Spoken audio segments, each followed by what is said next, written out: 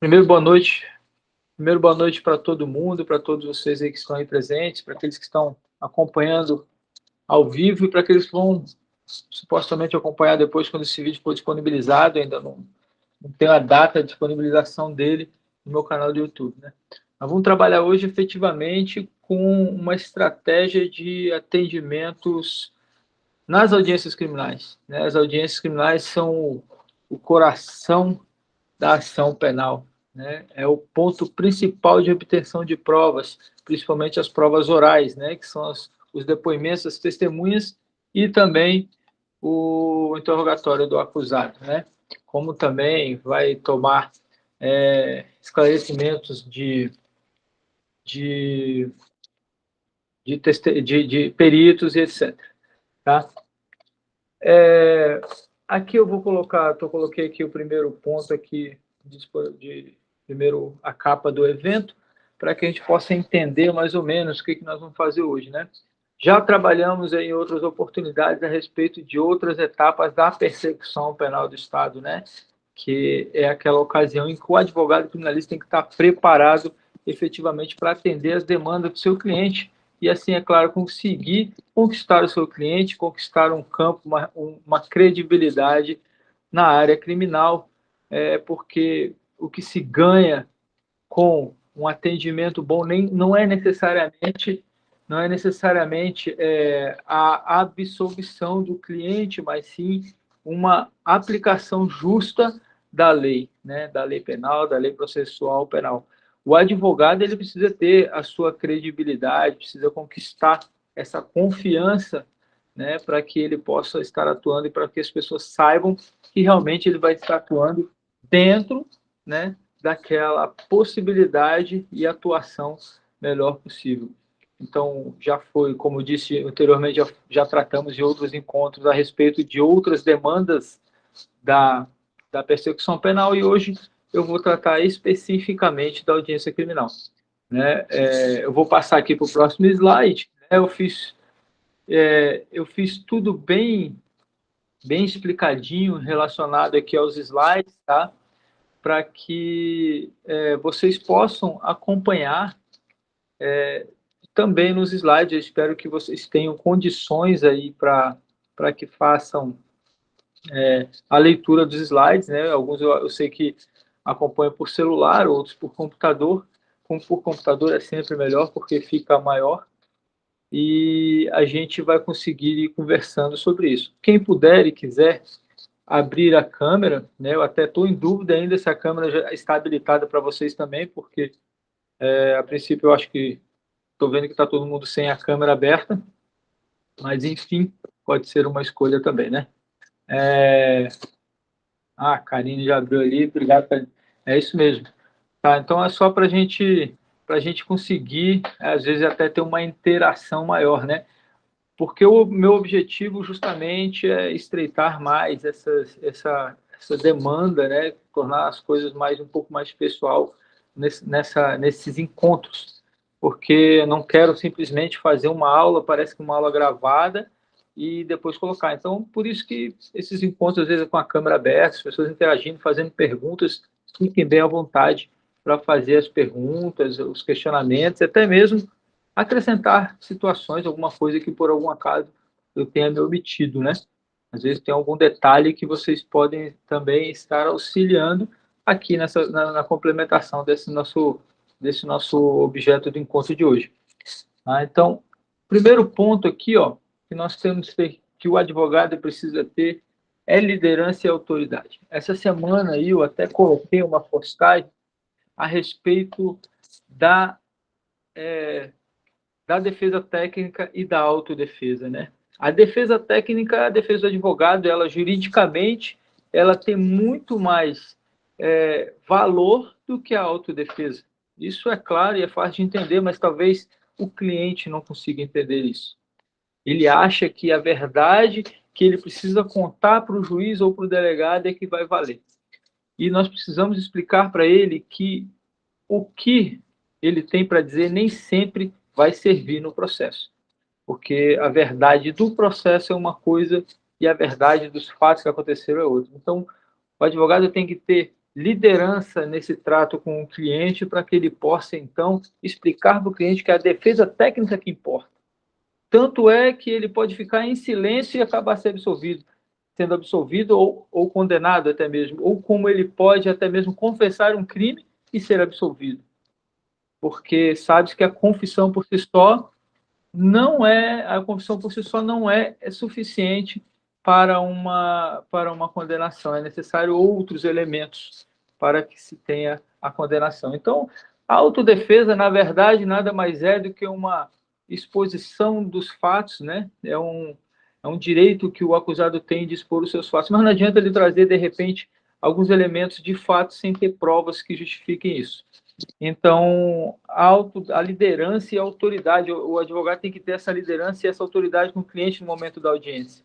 Explicar para ele as possibilidades que se tem numa audiência criminal. Então, antes da audiência, nós temos que nos encontrar com o cliente efetivamente. Se o cliente estiver solto, mais fácil, se encontra no escritório, você consegue mostrar as provas para ele, consegue até enviar as provas para ele, se forem audiovisuais, depoimentos de testemunha, como é hoje em dia, né? Os depoimentos raras vezes são por escrito, né, em termos, mas são hoje por audiovisuais. E aí a gente consegue conversar e criar uma certa estratégia para a audiência criminal. Então, o advogado tem que ter uma liderança e uma autoridade para conseguir demonstrar para o cliente que você está preparado para essa audiência criminal. E explicar bem certo para ele quem que realmente manda na ação penal ali na defesa. É ele, não o cliente. O advogado, embora seja contratado por ele, não trabalha para ele, trabalha para o processo, para a justiça, no propósito maior do que o interesse do cliente. É claro que ele trabalha no interesse do cliente, por isso que precisa ter autoridade, explicar para ele realmente qual que é o aspecto da ação penal. Tem o dever ético profissional de agir com zelo e nos termos da lei. Isso é claro, não tem o que se discutir a respeito disso, né? Tem que ser ético, não precisa ser um brigão, não precisa sair no soco com ninguém, não precisa sair gritando com ninguém. É dentro da lei, é preparado, e é isso que nós vamos fazer hoje, né? A defesa técnica deficiente raras vezes causa nulidade. E tal situação reflete na advocacia criminal como um todo. O que eu quero dizer com isso? Se um indivíduo que está sendo acusado, ele tem uma defesa técnica, um advogado muito ruim, mas tem que ser muito ruim mesmo, para que gere uma nulidade na defesa. Isso, uma certa ocasião, o STJ anulou uma sentença porque a defesa em sustentação oral, acho que, se não me engano, foi no processo de júri, fez uma sustentação oral lá de defesa do réu de 4 minutos. E o réu foi acusado, foi condenado. Deficiente a defesa, e com isso o STJ anulou aquela sentença e pediu para que fosse feito de novo, para que ele pudesse ter realmente uma defesa competente. Isso é ruim, porque isso reflete na advocacia criminal como um todo. Então, nós precisamos estar preparados e nós precisamos ser colaborativos com os outros advogados também. Existe concorrência? Existe, mas a concorrência ela é própria de qualquer mercado de trabalho. Nós precisamos ter força de reconhecer o nosso trabalho como advogados criminalistas. A advocacia criminal deve ser respeitada, iniciando, portanto, pelo próprio advogado. Postura e credibilidade são adquiridas em anos, então o advogado, com os anos, ele consegue realmente administrar a sua carreira, administrar a sua conduta como profissional, administrar a sua vida profissional, administrar as formas como trata com os clientes, a forma como ele adquire seus clientes, capta seus clientes, os honorários, tudo isso ele é adquirido com anos de experiência. Algumas vezes são situações que você consegue otimizar, né, com o aprendizado com as pessoas mais experientes. Agora, essa credibilidade também pode ser perdida em um dia se você deslizar. E deslizar, que a gente fala, não é um erro processual que às vezes acontece, mas sim por um desleixo em relação a determinado processo, determinada situação grave, determinada situação pela qual você foi contratado. Então, a audiência criminal, ela é realmente um momento de maior importância.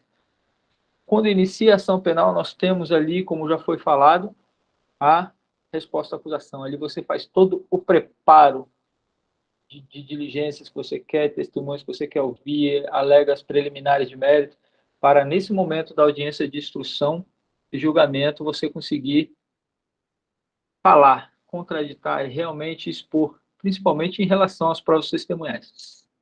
Então, feita essa introdução, nós vamos passar para o próximo slide aqui, tá? Próximo slide, para a gente poder conversar um pouquinho mais.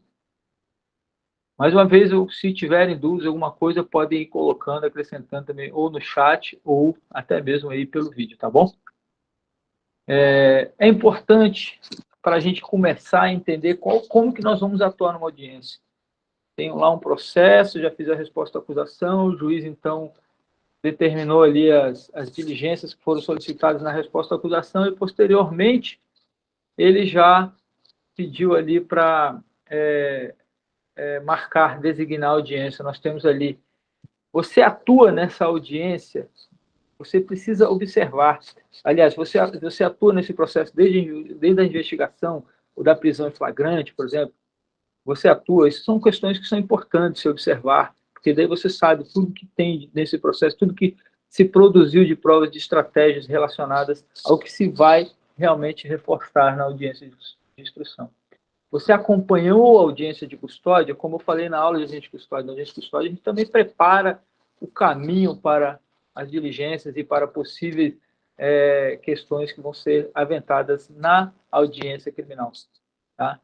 Você apresentou a defesa prévia ou a resposta à acusação, né? Porque, às vezes, a pessoa que apresentou a resposta à acusação tinha uma estratégia muito inferior da que você tem.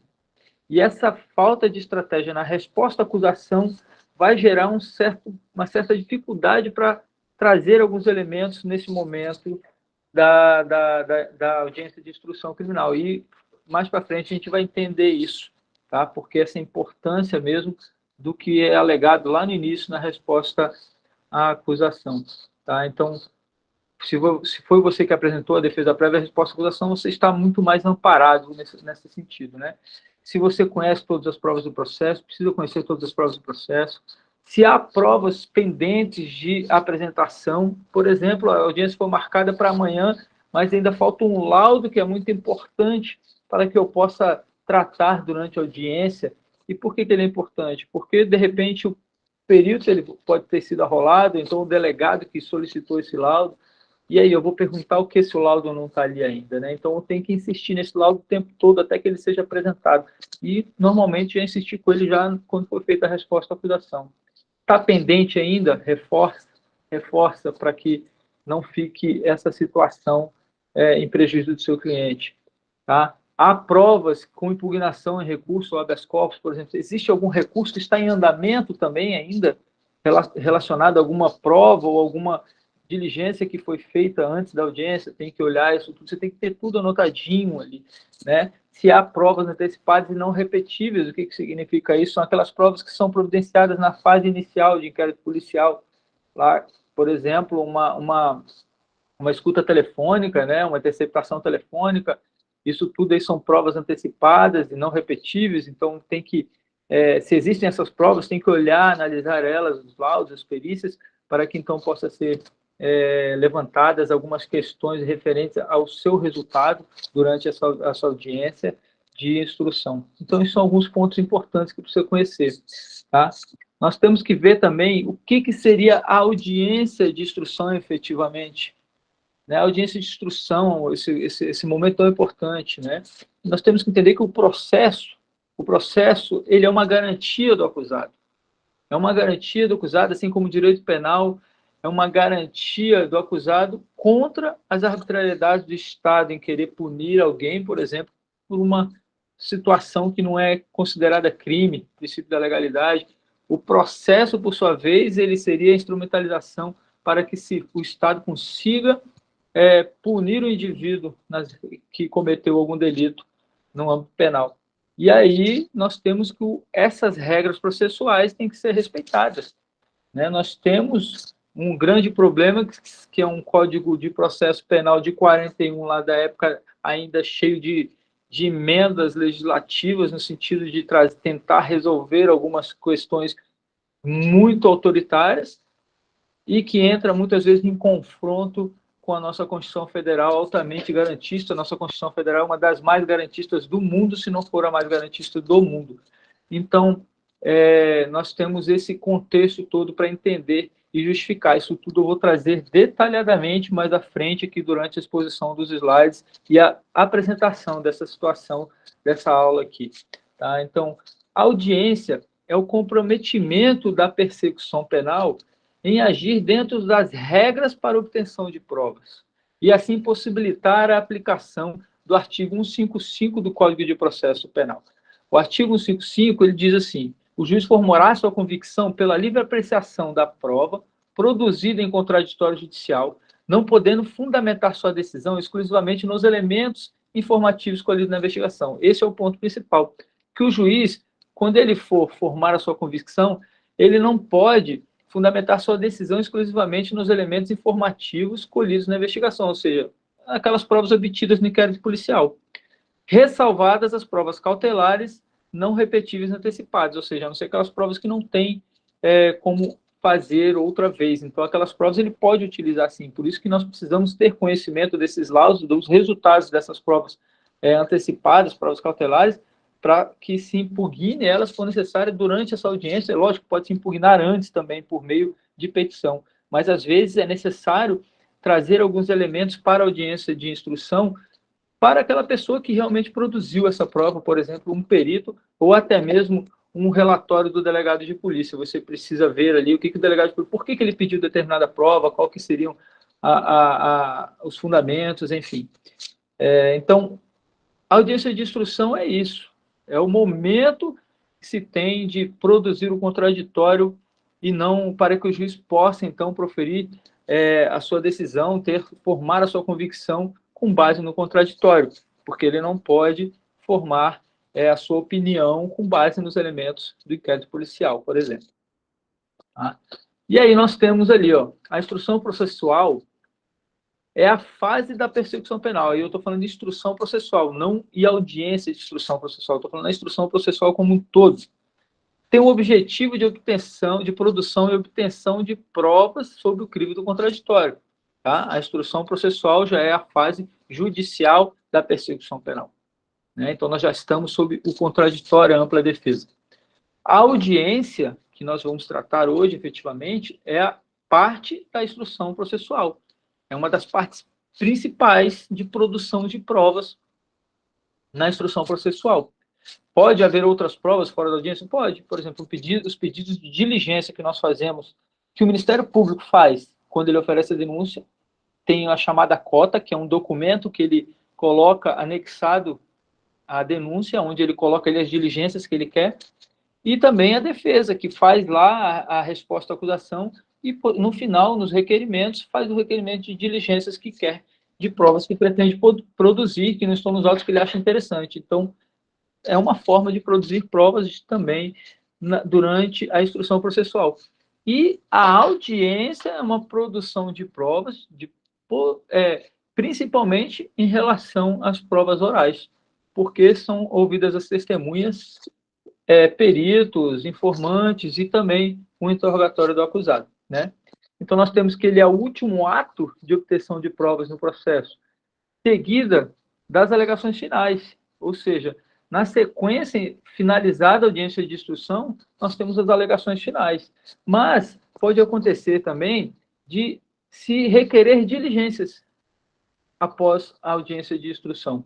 E aí nós não temos o encerramento da instrução processual, nós temos aí o encerramento da audiência. Mas podem ter audiências relativas a algum fato que foi apurado ali durante essa audiência de instrução.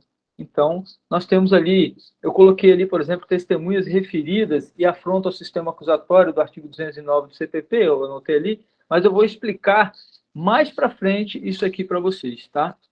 E aí nós temos a previsão legal da audiência de custódia. Nós sabemos que a audiência de custódia ela tem lá todo um regramento no Código de Processo Penal, tá? Ele diz ali, né, que proceder-se-á a tomada das declarações do ofendido, ou seja, a vítima, né, a inquirição das testemunhas arroladas pela acusação e pela defesa, nesta ordem, ou seja, primeiro as testemunhas da acusação e depois as testemunhas da defesa.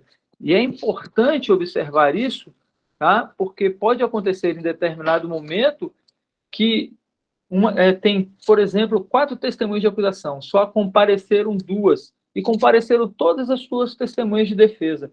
E aí o promotor propõe, e o juiz também vai lá e pergunta, oh, doutor, vocês têm problema que a gente vai designar uma nova audiência para as outras 2 testemunhas de acusação? Tem problema se a gente ouvir as suas antes? Porque elas já estão aqui? Tem problema sim. E, quer dizer, existe, é lógico, uma certa questão a ser analisada, mas se você não quiser achar que é prejuízo para o seu cliente, você vai dizer que não pode. Segundo o artigo 400 CPP, as testemunhas de defesa devem ser ouvidas por último. Então, não pode haver esse jogo, essa inversão. A não ser, é claro, que seja uma forma de colaboração com o processo e que não vai haver nenhum prejuízo. Como que não vai haver nenhum prejuízo? Quando? Quando você tiver, por exemplo, uma testemunha abonatória. O que é testemunha abonatória? Aquela testemunha que só vai falar os bons predicados, as boas condutas sociais do seu cliente, do réu. Né? Então, se ele não vai falar nada do fato, não tem problema nenhum, entendeu? Vamos ser colaborativos com o processo, tá? Então, nós temos isso, né? Outra situação que é importante observar quando você for para uma audiência é que todas as provas serão produzidas nesse momento, nessa ocasião. Tá? O juiz ele pode indeferir, está ali no parágrafo 1º do artigo 400. Pode indeferir algumas provas, né, que está sendo produzidas ali. Tudo dentro, lógico, de uma justificativa, uma fundamentação jurídica dele. É muito difícil, a não ser que o juiz ache que é só protelatória mesmo. A gente tem, nós advogados temos que ter a postura de entender o que realmente é importante para justificar que ele está tendo um cerceamento de defesa, né? E mais para frente eu vou explicar como é que nós vamos agir. Estou só na introdução ainda. Os esclarecimentos dos peritos dependem de prévio requerimento das partes, ou seja, se você quer ouvir um perito que não é testemunha, porque ele não participou, não viu o fato, não é uma testemunha nem de que ouviu dizer e nem que sabe do fato, mas sim alguém que fez algum laudo pericial para esse processo, então eles são, para você ouvir um perito, você tem que solicitar, né, fazer um requerimento. Né? Lógico, pode ser feito na própria resposta à acusação, assim, no momento que arrola as testemunhas. Tá? O artigo 401 diz ali que a instrução poderão ser requeridas até 8 testemunhas para cada parte, né? E nesse número não compreende as que não prestem compromisso e as referidas. O que são referidas? Referidas são aquelas testemunhas que um outro fala assim, mas o fulano lá, ele viu tudo. Então, ele pode dizer melhor do que eu. Então, o fulano lá, ele é uma testemunha referida. Ele pode ser chamado para o processo para falar o que ele viu. Né? E as testemunhas que não prestam compromisso, por exemplo, os parentes do acusado, pai, mãe, esposa, enfim. Né? E a parte pode desistir da inquirição de qualquer das testemunhas arroladas, ressalvado o disposto no artigo 209 do Código de Processo Penal. E esse aí é o ponto que eu queria trazer para vocês aqui a respeito do que eu falei da incompatibilidade, da inconstitucionalidade até desse artigo 209. Porque o artigo 209, ele fala das testemunhas referidas. E aí, como a gente pode ler ali, né, diz que testemunha referida, você, como advogado, no final do dia, você pode pedir que você quer ouvir aquela testemunha referida lá. Então, tudo tem que ir sendo anotado. A gente vai falar sobre isso em seguida, tá? Só para vocês entenderem, o artigo 209, ele diz que o juiz, quando julgar necessário, poderá ouvir outras testemunhas, além indicadas pelas partes. Parágrafo 1º, se ao juiz parecer conveniente, serão ouvidas as pessoas a que as testemunhas se referirem.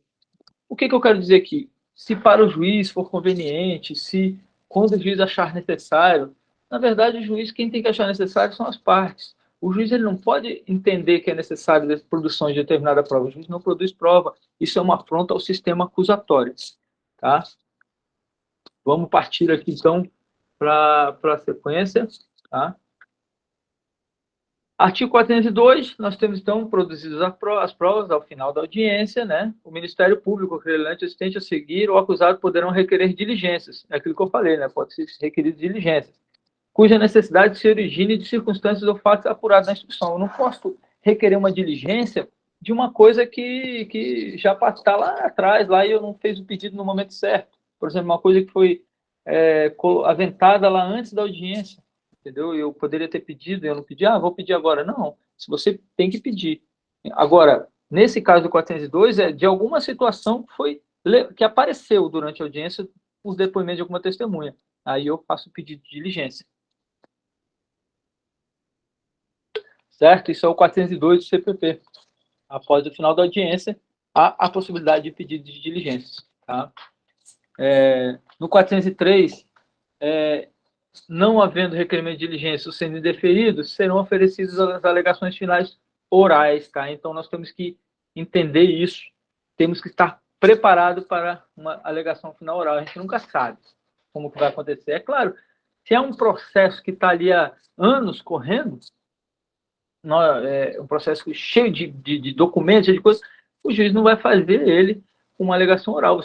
Você pode até falar, excelência, diante da complexidade, do tempo que esse processo está correndo, várias audiências, teve mais de uma audiência, fazer a alegação oral agora é um cerceamento de defesa. Não tem como eu fazer o levantamento de tudo que tem nesse processo de uma forma oral agora em 20 minutos. Então, eu peço para que seja por memoriais.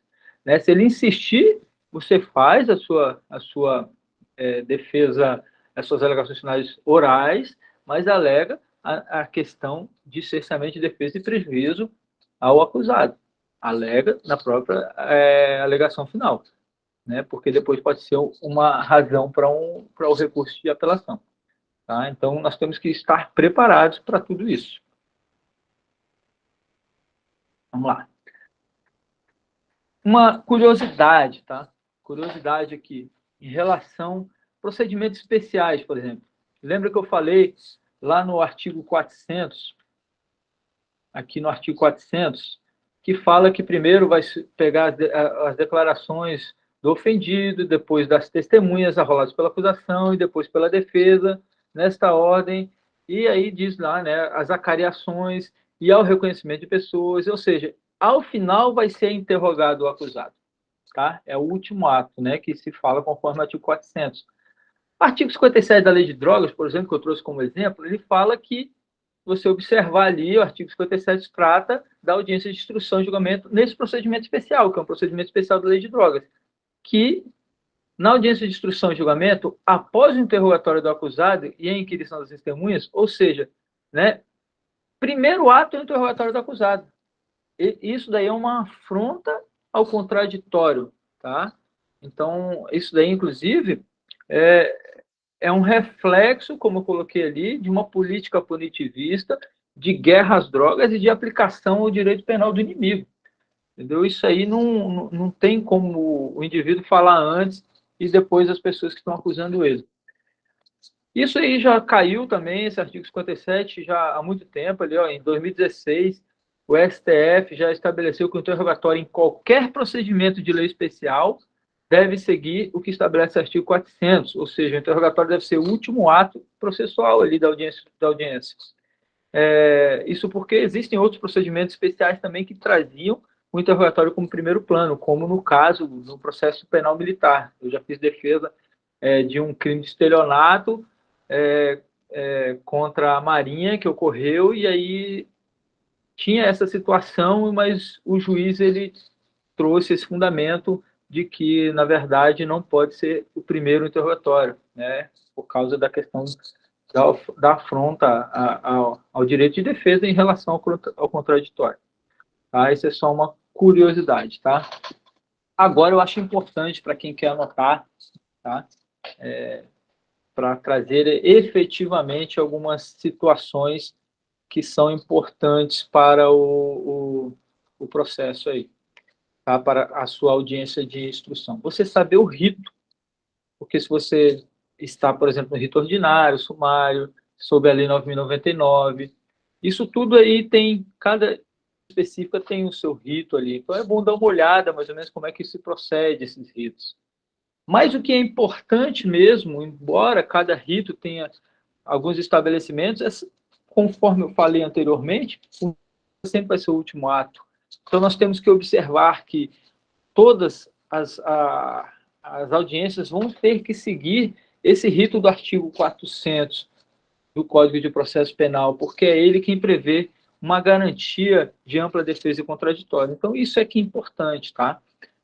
Então, nós temos ali, né, que estudar o procedimento em relação a cada rito que nós estamos trabalhando. Hoje, nós estamos trabalhando no rito ordinário do Código de Processo Penal, né? Então, estudar o procedimento de cada rito, mais do que precisa entender que tem como objetivo principal a obtenção de prova oral, testemunhas e interrogatório. Esse é o objetivo das audiências, né? A produção de prova oral. E aí, o que nós precisamos ver que é necessário numa audiência de instrução? É que nós temos que contraditar, é o momento de contraditar aquelas provas todas que já têm produzidas, e principalmente aquelas testemunhas que já prestaram depoimento na fase policial, bem como aquelas que não prestaram depoimento, mas foram roladas para esse momento. Nós temos que saber do que se trata, tá? A realidade do nosso processo seria a presunção de inocência. Essa seria, na verdade, a realidade não, né? O que nossa Constituição prevê. Mas não é a realidade prática, porque nós temos um punitivismo. A dissonância cognitiva do juiz em relação a todo aquele conhecimento que ele tem de provas de acusação, ele já vai chegando, já formando a sua convicção, entendendo que realmente aquele indivíduo tem muita situação contra ele a respeito daquele fato que ele está sendo acusado. Essa forma de que vai introduzindo esse conhecimento negativo do face do réu no juiz vai gerar futuramente uma acusação, uma condenação. E nós temos aí o que se chama de dissonância cognitiva. Eu convido vocês, não vou falar aqui sobre isso, mas sobre o juiz das garantias, que daí vocês vão entender bem como esse instituto ele é importante, o juiz das garantias. Tá? E aí nós, para irmos numa audiência, nós temos que, no mínimo, saber quem é o juiz, né? Para saber mais ou menos como que ele age. Pode perguntar, como é que é o juiz? Ele é brabo, não é? Pergunta para algum colega que já agiu que já atuou naquela vara criminal. Né? E aí? Eu posso levar anotações? Tem gente que às vezes não quer levar muitas coisas anotadas para não parecer despreparado. Né? Tem gente que acha que o preparado é aquele que chega lá e fala tudo que tem na cabeça dele. Né? Isso aí, para mim, na verdade, é um maluco. Né? Porque, na verdade, preparado é quem está consciente de que aquela situação é delicada. Então, assim, você tem que fazer uma leitura minuciosa do processo. Ah, mas hoje em dia o processo é todo virtual, é todo digital. Pega esse processo, tá? E faça uma impressão dele, das partes mais importantes que você acha. Não vai imprimir o processo todo também, que às vezes é desnecessário. Mas aquelas coisas que você acha que você vai realmente precisar na audiência. Você faz essas anotações, marca texto, coloca lá, faz um outro documento do lado de um papel onde você vai anotando folha tal, né? Ali anota como interrogatório na fase extrajudicial, policial X, depoimento na fase policial. E aí você vai anotando tudo ali e você vai fazendo todas as anotações. E uma espécie de um índice ali, né? Ler e anotar as questões relevantes, ter em mãos, você tem que ter em mãos o conhecimento do artigo 400, o artigo 212, que trata do sistema acusatório, eu já vou explicar ele mais à frente para vocês, o artigo 210, né? E se o réu for um réu preso, leve anotado já e por escrito, né? Não uma petição, mas leve anotado por escrito, um pedido de revogação da prisão preventiva, tá? Não vou falar aqui como que você vai fazer esse pedido de prisão preventiva, porque isso precisaria de uma outra aula para isso. Né? Então, o que você vai precisar fazer é levar um esboço de um pedido de revogação da prisão preventiva. Porque se essa audiência, ela por algum acaso, ela não encerrar ali, ela for suspensa para falta de alguma testemunha, alguma coisa, por algum fato que não foi causado pela defesa, faça o pedido de revogação da prisão preventiva do seu cliente, certo? Então, essa é uma das razões que você tem que estar preparado para a sua audiência. Então, você vai levar lá o seu processo, os documentos certinhos, tá?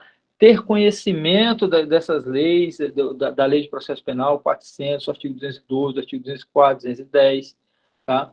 Anotar as diligências que entende pertinentes, tá? Porque às vezes tem alguma coisa que não está no processo, você acha que alguma testemunha seria importante que trouxesse essa informação para que eu pudesse pedir ao juiz que ele determine essa diligência. Então, eu já estou precisando de uma diligência X aqui, que não está no processo e eu não estou conseguindo fazer ela.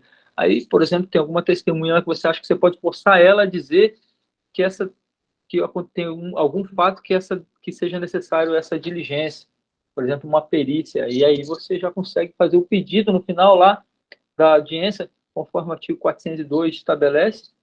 Excelência, eu gostaria de fazer um pedido de diligência, conforme a testemunha tal, ela trouxe essa informação, e a diligência a respeito deste fato é importante para a apuração da realidade do processo aqui, inclusive, né? Então, você justifica ali certinho e faz o pedido de diligência nos termos do artigo 402. Então, já anota as diligências que você acha que você pode conseguir retirar ali, que você realmente precisa, né? Conforme o seu caso concreto. Isso tudo você leva anotado, tá? Toda impugnação deve constar no termo de audiência. O que seria isso, né? Deve ser levantado no momento em que ocorrer. Aí a gente tem que dizer, por exemplo, está acontecendo alguma coisa errada ali, e aí você precisa impugnar aquilo. Naquele momento você tem que ir pela ordem excelente. E aí você fala. Quando, por exemplo, o Ministério Público começa a ler a denúncia para uma testemunha. Não pode. E depois eu vou explicar por quê. Não pode ler essa denúncia para a testemunha, você já pela ordem, excelência. E aí, se ele fala, não, você não pode pedir pela ordem, por exemplo, posso sim, está ali no artigo 7º, conforme esses 10 e 11 da Lei 8.906, com o Estatuto da Advocacia, me permite fazer essa interrupção em razão de uma afronta à lei e um prejuízo à defesa, né, por causa de uma falta de observação às regras do processo. Então, por que, se não fizer essas impugnações nesse momento, nessas ocasiões, de que estiver acontecendo, vai precluir, depois não tem como reclamar mais, né? Então, fez essa reclamação, inclusive, aí o juiz vai dizer, não aceito sua reclamação, continue aí a sua pergunta ao Ministério Público. E aí você fala, tudo bem, excelência, mas coloque em ata a minha impugnação, não tem problema, pode continuar, mas coloque em ata, no termo de audiência, né? E aí, normalmente, eles falam, não, isso aqui está tudo gravado. Não, tudo bem, está gravado, mas eu gostaria de solicitar que conste no termo de audiência. Não vai constar, não. Está gravado aí, depois você pega aqui, tudo bem. Mais uma afronta, né, a questão que a defesa está solicitando. Deixa ocorrer. Depois você vai lá dizer várias afrontas, várias arbitrariedades do juiz. Porque o termo de audiência é a ata. Tem que ter tudo que aconteceu na audiência, tem que estar no termo. Não é eu ficar lá depois procurando nos vídeos. Tem que estar no termo, ó. Ao tal minutos, com a testemunha tal, a defesa impugnou a pergunta do senhor. Tem que constar lá no termo, na ata de audiência. Tá? Certifique-se que as testemunhas não estão em contato umas com as outras, né? Isso é o artigo 210, CPP. O artigo 210 é claro, ele fala que as testemunhas serão requeridas, cada uma de per si, de modo que umas não saibam nem ouçam os depoimentos das outras, devendo o juiz adverti-las das penas combinadas ao falso testemunho. Então, você tem que certificar, excelência, ó, as testemunhas estão todas ali, né? É claro, isso aqui tudo que eu estou passando são as regras gerais, mas tem que ter a estratégia de defesa, que realmente é importante, né? Você ficar argumentando ali para não ser um chato na audiência, né? Então, é importante conhecer esses artigos para você, se precisar, você fala, peraí, ali no artigo 210, testemunhas estão lá conversando, lá uma com a outra, lá, organizando a acusação, os policiais estão tudo junto ali, ó, combinando o que um fala para o outro. O policial saiu aqui agora, acabou de prestar o depoimento dele, sabendo o que a defesa está perguntando, está ali fora agora conversando com os outros, dizendo o que eu quero saber. Então, tem que ter essa situação, tá? Primeiro ato seria o depoimento das testemunhas de acusação, né? aí eu disse aqui que se o Ministério Público ler, por exemplo, a denúncia para um policial, que às vezes o policial não lembra daquela ocorrência, ele gera um prejuízo, né? Isso aí é ilícito, né? Isso aí não pode fazer a leitura. Isso porque, nos termos do artigo 203.4 CPP, né, a gente tem aqui, ó, 203, 204, a testemunha fará, sob palavra de honra, a promessa de dizer a verdade do que lhe for perguntado. Ele não pode simplesmente ir lá e dizer o que o Ministério Público quer que ele fale depois de fazer a leitura da denúncia. Porque, às vezes, o que tinha lá na delegacia não é a mesma coisa que tem na denúncia. A denúncia está trazendo outros fatos, às vezes. E aí o policial, com o intuito de dar credibilidade à sua ação e também à persecução penal do Estado, só confirma o que o Ministério Público está falando. Não pode. Ele tem que falar o que ele lembra. Se ele não lembra nada, não fala nada, né? O depoimento será prestado oralmente, não sendo permitido a testemunha fazê-lo por escrito. Por exemplo, a testemunha não pode fazer por escrito, né? Lógico, a testemunha é presencial do fato, né? Hoje em dia tem juízes que aceitam o depoimento por escrito de testemunha abonatória, né? Uma questão importante, vamos passar aqui para outra questão aqui, ó, para outro slide. Ó. No segundo ato, nós temos as testemunhas da defesa, tá? Anote a ordem na ocasião em que forem arroladas na defesa prévia. Isso é importante, tá? Quando você arrola as testemunhas lá na defesa, ou mesmo que não tenha sido você que fez a resposta à acusação, observe a necessidade que precisa se ouvir de determinadas testemunhas, que uma pode ser o complemento da outra. Então, solicite esta ordem. Excelência, eu gostaria que minhas testemunhas fossem ouvidas na seguinte ordem. Ah, mas por que, doutor? Qual que é a necessidade disso? A necessidade disso porque uma é complemento da outra e, inclusive, pode acabar eu desistindo de alguma no final. Aí ele já fica feliz, porque daí vai ser mais rápido a audiência para ele. E daí ele, então tá, beleza. Então tá. Mas aí no final você não desiste numa, desiste só se for necessário. Né? A desistência de testemunha é uma faculdade da parte, está ali no artigo 401, parágrafo 2º. A testemunha não pode manifestar apreciações pessoais, isso é muito importante. Por exemplo, a testemunha, eu acho que ele é isso, eu acho que ele é aquilo, não sei o que, eu acho que ele fez mesmo. Você não está aqui para isso, você está para falar o que você viu. Ah, mas você não pode chamar a atenção da testemunha. Eu posso sim, o artigo 213 do CPP estabelece que a testemunha não pode manifestar suas apreciações pessoais. Está entendendo? Então, isso é importante estar preparado na audiência. Anotem esses artigos todos. Tá? A testemunha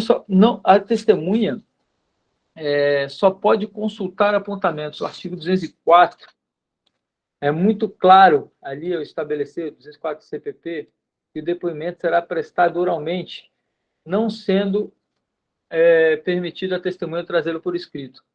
Não será vedada a testemunha, entretanto, breve consulta apontamento. Artigo 204, em seu parágrafo único. Uma certa ocasião, eu fiz uma audiência em que o policial que fez o relatório de investigação, ele levou o relatório impresso e começou a ler o relatório. É claro, excelência, a testemunha não pode fazer isso. O artigo 204 impede que ela leve seu depoimento por escrito. Ele pode consultar alguns apontamentos. Agora, ele está lendo o relatório que está no processo. Se está no processo, já está ali. Ele não precisa ler. Por que ele vai ler uma coisa que já está no processo? Não tem cabimento isso. Por isso que ele também não pode ler o seu depoimento que ele fez lá na fase policial. Certo? Então, esse é um ponto bem importante também. Tá? Outras questões. Se você chega na audiência, né, e aí falta alguma testemunha, pode cancelar o ato? É aquele que eu falei no começo. Se for testemunha da acusação, eles podem querer fazer aquela inversão, aí é uma estratégia da defesa, se cabe ou não. Mas a testemunha faltante, ela tem que ser, na próxima audiência, se ela não comparecer com sua própria vontade, vai ter que ser conduzida. Tá? A ausência do promotor, cancela o ato. Tá? Já teve situações que o juiz, o promotor não está conseguindo que a audiência continua, e aí o juiz começa a fazer perguntas. Não pode, principalmente hoje em dia, sistema acusatório, o juiz não produz prova, certo? E também não pode simplesmente passar só para a defesa fazer as perguntas, porque daí também foge toda a questão do contraditório. A ausência do defensor, por exemplo, do advogado constituído, vai gerar a nomeação de um novo advogado ali no ato, ou também o cancelamento da audiência, se for o caso, e última hipótese. A ausência do acusado. Se ele for intimado, não impede a continuidade do ato. Tá? Tem a revelia, às vezes fala, declara a revelia. Essa revelia não gera nenhum efeito como gera no processo penal. Não quer dizer que ele vai ser condenado. Tanto é que se ele for condenado à sentença, ele tem que ser posteriormente intimado normalmente. Não pode simplesmente, condenou, pronto. Não, tem que ser intimado, tem que ter todo o procedimento regular ali do processo. Tá? Isso aqui que são algumas questões que precisa entender, né? Ao final de cada depoimento, isso aqui também é um ponto importante, tá? O juiz irá dispensar a testemunha. Ou seja, o senhor já prestou seu depoimento, está liberado. Se por algum acaso você acha que essa testemunha falou alguma coisa que será necessário uma cariação, né? Que é colocar uma testemunha com a outra para trazer esclarecimentos a respeito de divergência do depoimento das duas. Por exemplo, o João vai lá e fala que Ciclano matou. E aí o outro Beltrano conta uma outra história totalmente diferente que acabam divergindo e seria interessante a solução dessa divergência para a defesa. Então, você pode solicitar aí uma cariação, né, nos termos do artigo 229 do Código de Processo Penal. Então, quando você vê que é a possibilidade dessa cariação, você fala para o juiz de excelência, eu gostaria que não liberasse testemunha, que ela ficasse aqui no ambiente do fórum para que a gente possa, então, realizar a cariação. Mas estamos em uma audiência por videoconferência. O cara nem está no fórum. Então, dê advertência para que ele fique atento, porque ele pode ser chamado novamente para uma cariação, mesmo que por meio virtual. Tá? O interrogatório, por final. Nós temos ali, todas as testemunhas de acusação já falaram, as testemunhas de defesa já falaram, nós temos, por fim, o interrogatório. Temos 3 estratégias. Aí é a conversa que nós temos que ter com o nosso cliente antecipado. Ele vai ficar em silêncio? Mas as testemunhas agora falaram um monte de coisa, nós temos que mudar aquela estratégia que tínhamos no começo. Fato. Excelência, acabou aqui os depoimentos, vai começar o interrogatório, posso conversar com o meu cliente reservadamente? Pode. Pode não, tenho direito. Né? Vou lá, converso reservadamente com o cliente, falar agora, mudou, tá vendo que mudou aqui as provas, nós estamos com uma nova estratégia, e aí, o que você vai fazer? Você vai responder as perguntas de todos, você vai ficar em silêncio, ou vai fazer o silêncio parcial? Né? E aí, cria a estratégia. Porque nós temos que entender que o silêncio parcial, embora pareça ser bem interessante, o que é o silêncio parcial? É o acusado responder as perguntas só da defesa.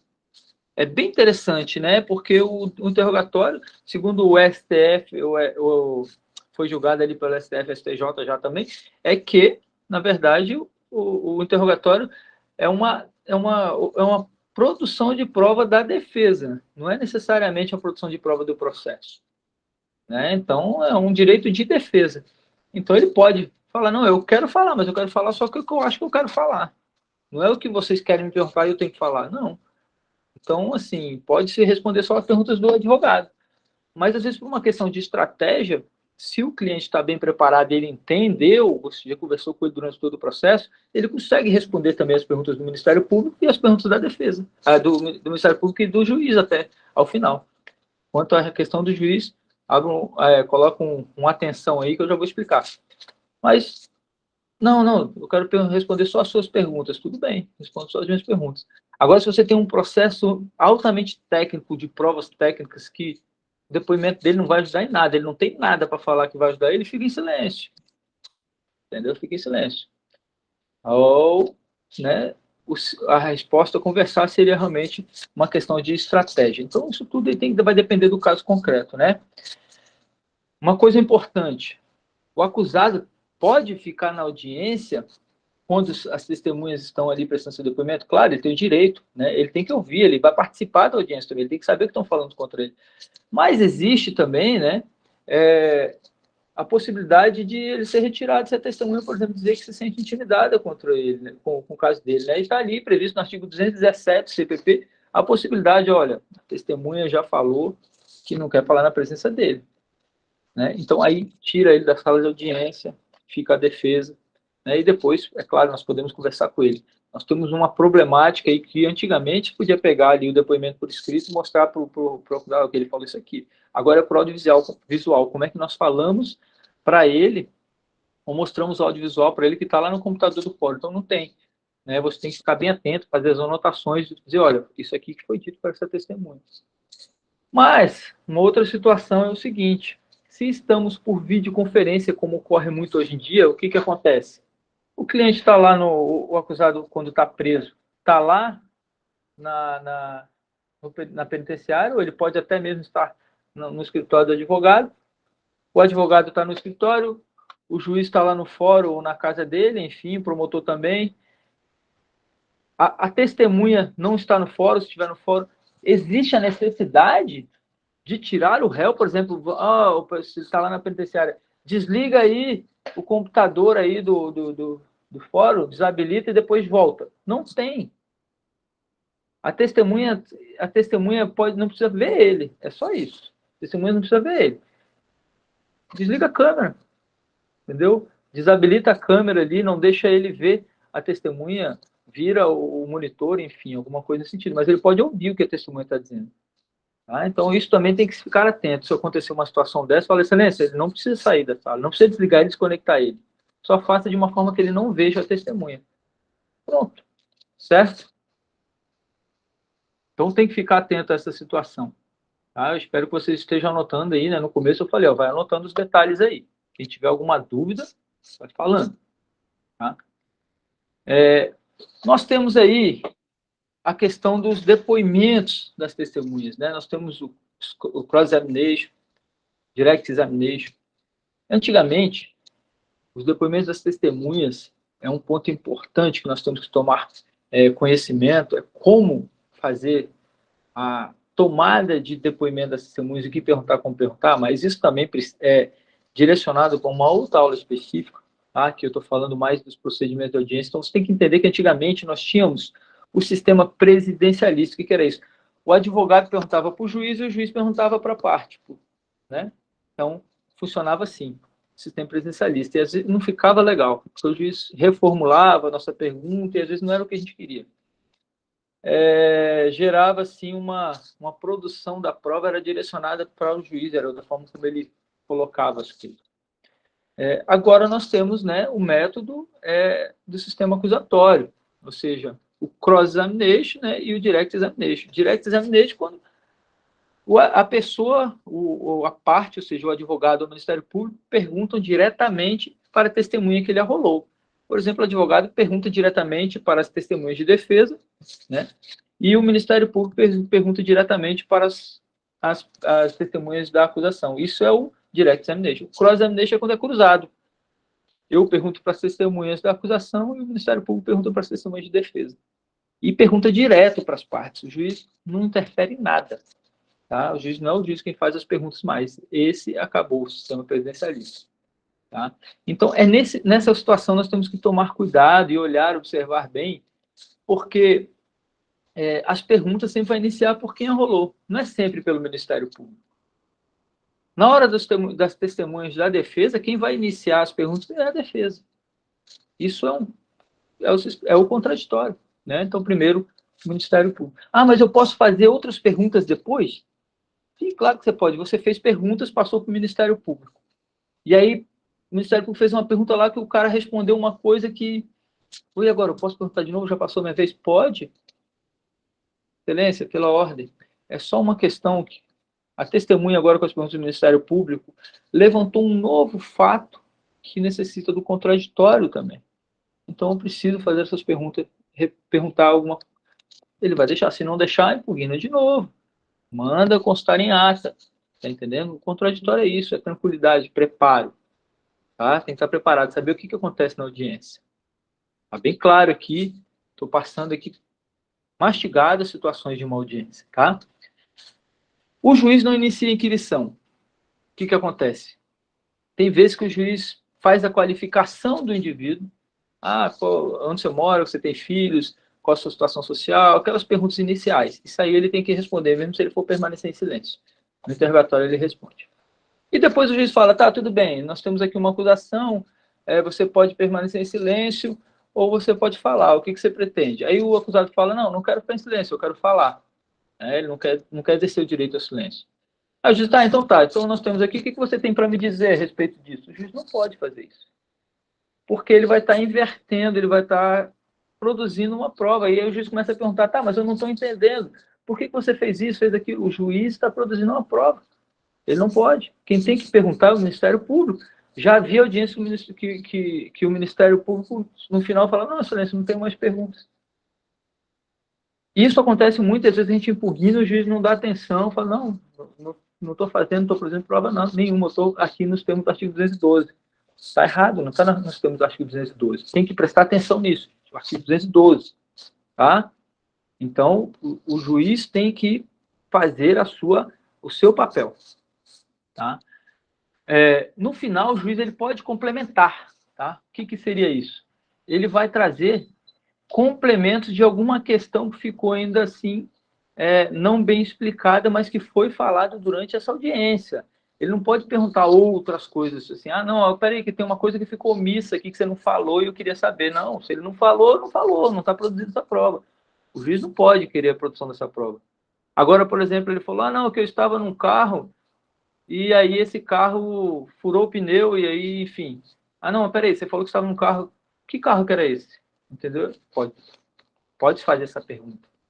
Entendeu? É só uma questão, e assim, é até muito delicado, entendeu? Porque ele não pode ir muito nos detalhes, tá ok?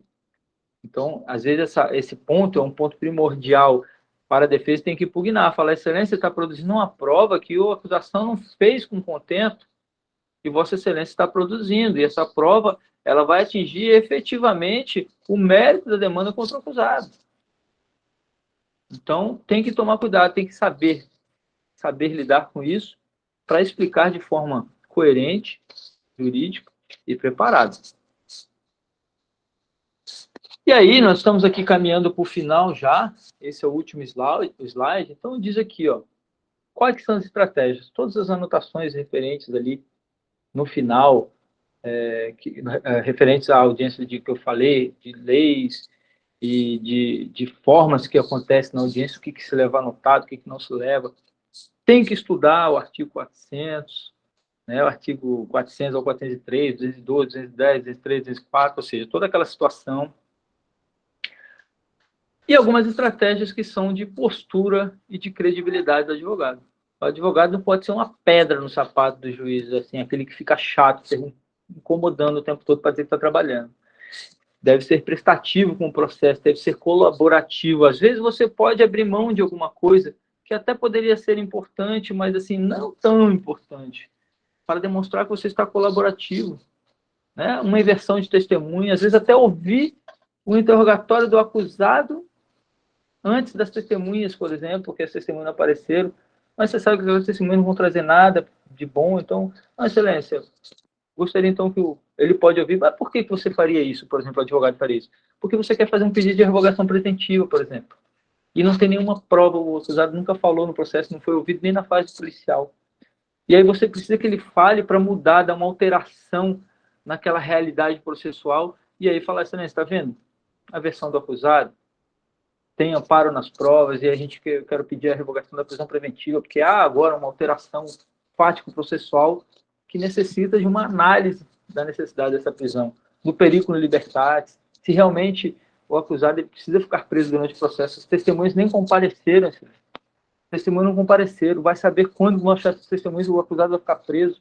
Ele está aí colaborativo com o processo, com a persecução penal, ele não está fugindo, ele não está tentando impedir que esse processo dê andamento, não é ele. As causas não são dele. Então, enfim, às vezes é uma possibilidade. E outra, deixa claro, né, excelência, ele vai estar prestando seu depoimento, mas é claro que em razão do contraditório, pode acontecer de lá no final ele ter que prestar um novo depoimento, ou seja, ser interrogado novamente se trouxer algum fato novo que não está no processo. Porque ele vai falar o que está no processo. Agora, se vier um fato novo pelas testemunhas que não está no processo, aí, em razão do contraditório, vai ser necessário que seja ouvido de novo. Né? Então, isso tudo é pertinente. Você tem que ser colaborativo para tentar dar andamento ao processo. Informar de forma ética as razões pelas quais não pode ser colaborativo. Como eu estou falando, diz, excelência, ele não vai poder prestar o depoimento antes, porque a gente não sabe, tem testemunha, a testemunha ele realmente é um policial que persegue ele, se ele falar antes, o policial pode trazer alguma coisa, a não ser que Vossa Excelência permita que depois ele fale novamente, enfim, deixar bem claro isso. argumentar, entendeu? Deixar amarrado durante todo o ato, todos os pontos que pretende alegar, tem que deixar amarrado desde o começo lá, desde a resposta à acusação, você já está amarrando o que você vai pedir na audiência. Eu deixo amarrado tudo, eu sempre deixo amarrado as coisas lá para o meu recurso especial, para o recurso extraordinário da STF. Eu não posso fazer um recurso por STJ, que é uma dificuldade enorme subir um recurso para o STJ sem ser uma coisa que eu nem aleguei, não está amarrado durante o processo todo, entendeu? Então eu tenho que deixar tudo amarradinho, que é para justificar por que eu estou ali fazendo essa pergunta, por que eu estou ali querendo a produção dessa prova, né?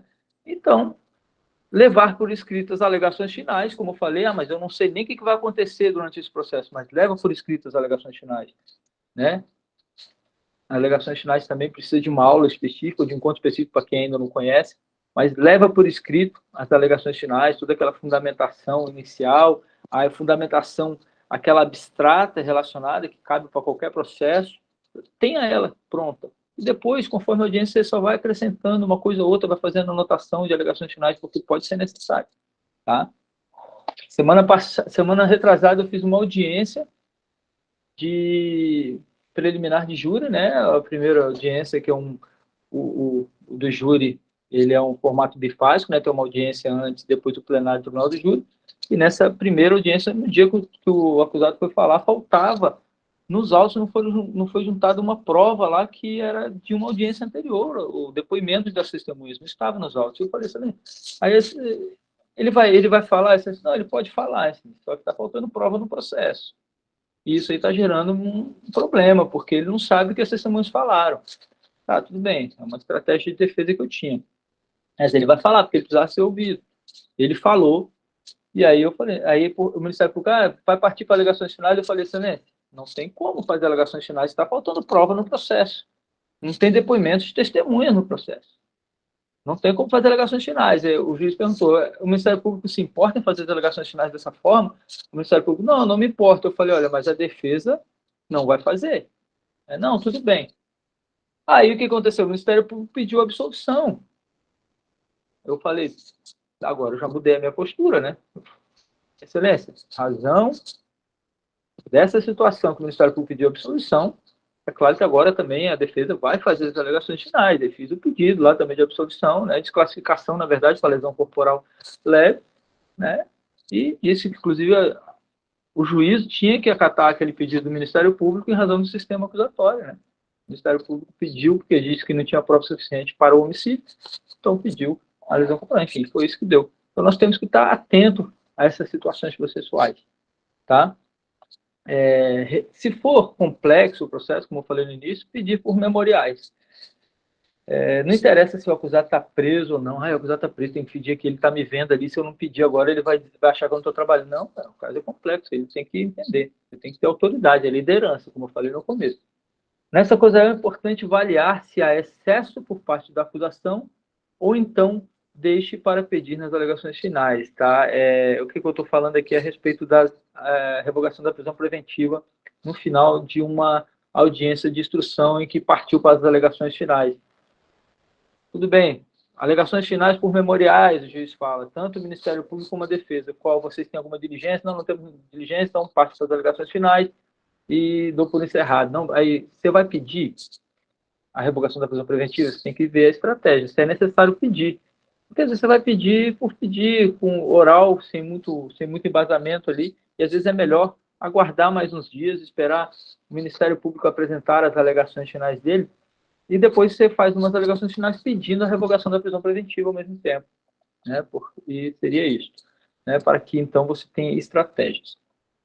Pessoal, eu finalizei aqui, tá? Esse é o último slide. E